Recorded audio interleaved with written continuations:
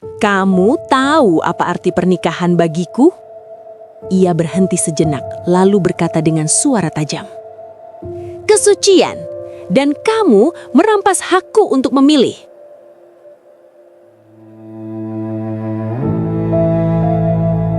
Pada malam itu, hujan turun perlahan, bukan sebagai badai, melainkan sebagai ratapan langit yang seolah tahu bahwa sebuah kehidupan sedang runtuh tanpa suara. Di balik dinding kamar pengantin yang dihiasi bunga melati dan kain putih, Laras duduk kaku di tepi ranjang. Lampu temaram memantulkan bayangannya di cermin. Seorang perempuan dalam balutan kebaya sederhana. Wajahnya pucat, matanya basah, dan jantungnya berdegup tak beraturan. Malam pertama yang selama ini ia bayangkan sebagai awal kebahagiaan, justru menjadi malam paling sunyi dalam hidupnya. Sunyi yang bukan karena tak ada suara, tetapi karena hatinya telah kosong, direnggut dalam hitungan menit oleh orang yang baru saja ia panggil suami. Arga menatapnya lama, seolah sedang mencari sesuatu yang tak pernah ia temukan. Rahangnya mengeras. "Kenapa kamu diam?" Suaranya rendah, dingin. "Ada sesuatu yang ingin kamu katakan sebelum aku bertanya?" Laras mengangkat wajahnya perlahan, bibirnya bergetar. Aku takut kalau aku jujur, kamu tidak akan bertahan," ucapnya hampir tak terdengar. Arga tertawa kecil, pahit. "Jadi kamu memilih berbohong?" "Aku tidak berniat menipumu." Laras menggeleng cepat, air mata jatuh. "Aku hanya ingin dicintai, seperti perempuan lain." Arga menarik nafas kasar. "Kamu tahu apa arti pernikahan bagiku?" Ia berhenti sejenak, lalu berkata dengan suara tajam, "Kesucian, dan kamu merampas hakku untuk memilih." Arga berdiri tak jauh darinya. Tubuhnya tegap, namun wajahnya keras, dingin dan asing. Tatapan itu bukan tatapan lelaki yang mencintai, melainkan tatapan hakim yang telah memutuskan vonis. Tak ada sentuhan lembut, tak ada kata pengantar. Hanya satu kalimat yang terucap dengan suara tertahan namun menusuk. "Kamu menipuku." Kata-kata itu jatuh begitu saja, tanpa ampun, tanpa jeda, memecah sisa keberanian Laras yang selama ini ia kumpulkan. Ia ingin menjelaskan. Ia ingin berkata bahwa hidupnya tak sesederhana cerita dongeng. Ia ingin berteriak bahwa masa lalu tidak selalu lahir dari pilihan, tetapi seringkali dari luka. Namun lidahnya keluh. Tenggorokannya terkunci oleh rasa takut dan malu yang tiba-tiba menjadi miliknya sendiri. Laras tahu, malam itu Arga menemukan kebenaran yang selama ini ia simpan rapat. Kebenaran bahwa ia bukan perawan saat menikah. Sebuah fakta yang bagi Arga dan bagi dunia yang membesarkannya menjadi ukuran mutlak kehormatan seorang perempuan. Tak ada ruang untuk konteks, tak ada tempat untuk empati. Arga tidak bertanya mengapa, tidak ingin tahu bagaimana. Baginya, cukup satu kenyataan untuk menghapus seluruh masa depan yang baru saja mereka ikrarkan di hadapan Tuhan. Dengan langkah cepat, Arga mengambil jaketnya. Saat Arga meraih jaketnya, Laras berdiri tergesa. "Tolong, jangan pergi malam ini." Suaranya pecah. "Kita bisa bicara, aku bisa jelaskan semuanya." Arga berhenti di depan pintu, tanpa menoleh. Tidak ada yang perlu dijelaskan. "Arga, aku istrimu," bisik Laras, lirih namun penuh harap. Arga membuka pintu. "Tidak, malam ini kamu hanya masa lalu." Pintu tertutup, dan tak ada kata pamit yang tersisa. Membuka kamar pergi, dan pergi begitu saja. Pintu itu menutup pelan, tetapi suara penutupannya bergema panjang di hati Laras, seperti palu yang memukul peti mati harapannya sendiri. Malam itu, Laras tidak menangis keras. Ia hanya duduk diam, memeluk lututnya, menatap lantai yang dingin. Air matanya jatuh perlahan, satu persatu, seperti hujan di luar sana.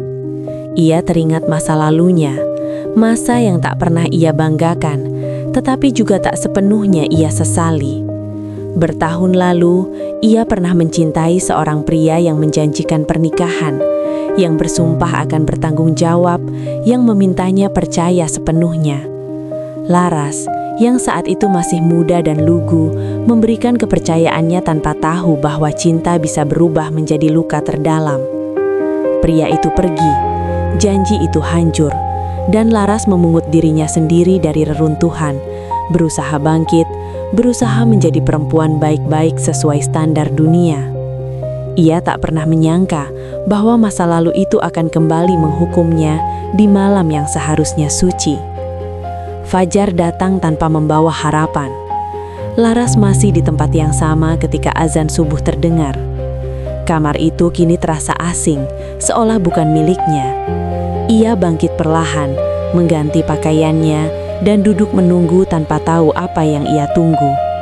Arga tak kembali. Pagi menjelang siang, dan Laras akhirnya sadar bahwa ia telah ditinggalkan, bukan hanya oleh suaminya, tetapi juga oleh ilusi bahwa pernikahan bisa menyelamatkannya dari masa lalu. Hari itu menjadi hari pertama dari perjalanan panjang yang penuh penghakiman. Kabar perpisahan mereka menyebar cepat, lebih cepat dari kebenaran. Di desa kecil tempat Laras dibesarkan, bisik-bisik lebih tajam dari pisau. Ia pulang ke rumah orang tuanya dengan koper yang sama saat ia berangkat menikah, namun rasanya kini berisi beban yang jauh lebih berat. Ibunya memeluknya erat, menangis tanpa suara, seolah ingin memindahkan seluruh luka itu ke tubuhnya sendiri. Ayahnya hanya duduk diam, menatap lantai, menahan rasa kecewa yang tak tahu harus ditujukan kepada siapa. Laras tak disambut sebagai anak yang terluka, melainkan sebagai aib yang harus disembunyikan. Hari-hari Laras dipenuhi tatapan sinis dan senyum palsu. Ia mendengar orang-orang menyebut namanya dengan nada rendah, seolah namanya telah tercemar. Ia disebut perempuan gagal, perempuan tak suci, perempuan yang pantas ditinggalkan. Setiap kali ia melangkah keluar rumah, dadanya sesak, seolah udara tak lagi ramah padanya.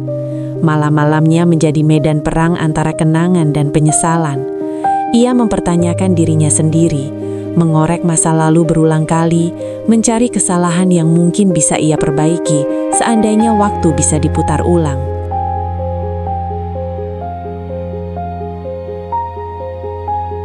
Namun, waktu tidak pernah berbaik hati. Bulan berganti bulan, dan Arga tak pernah kembali.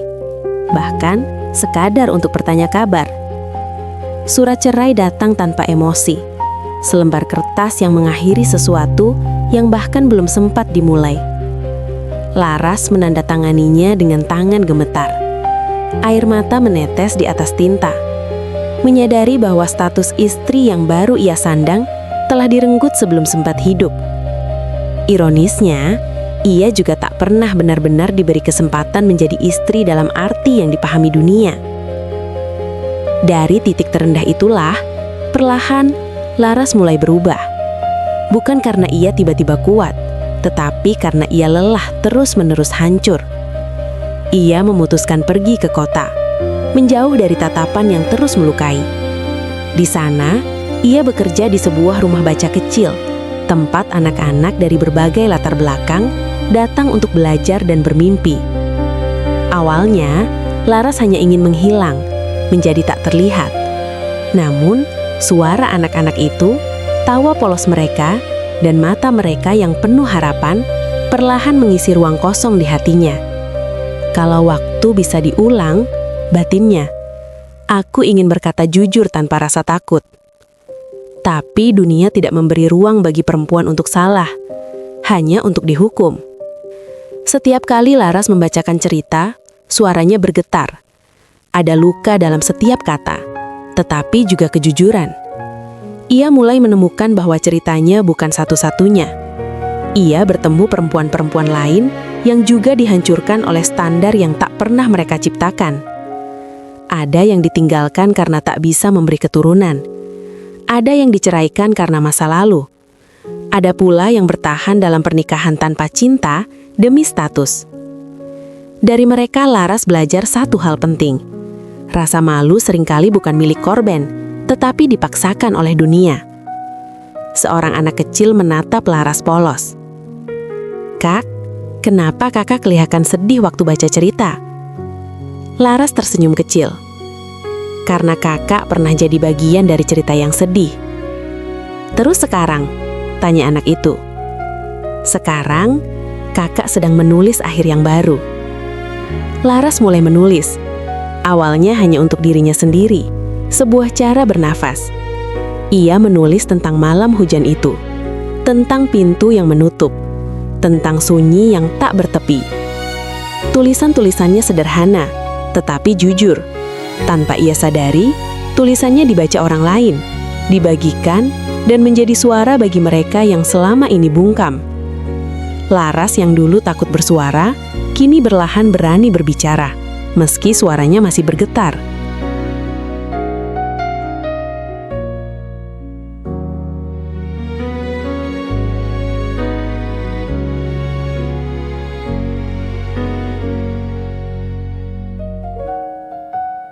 Tahun-tahun berlalu, luka Laras tidak pernah benar-benar hilang, tetapi ia belajar hidup berdampingan dengannya.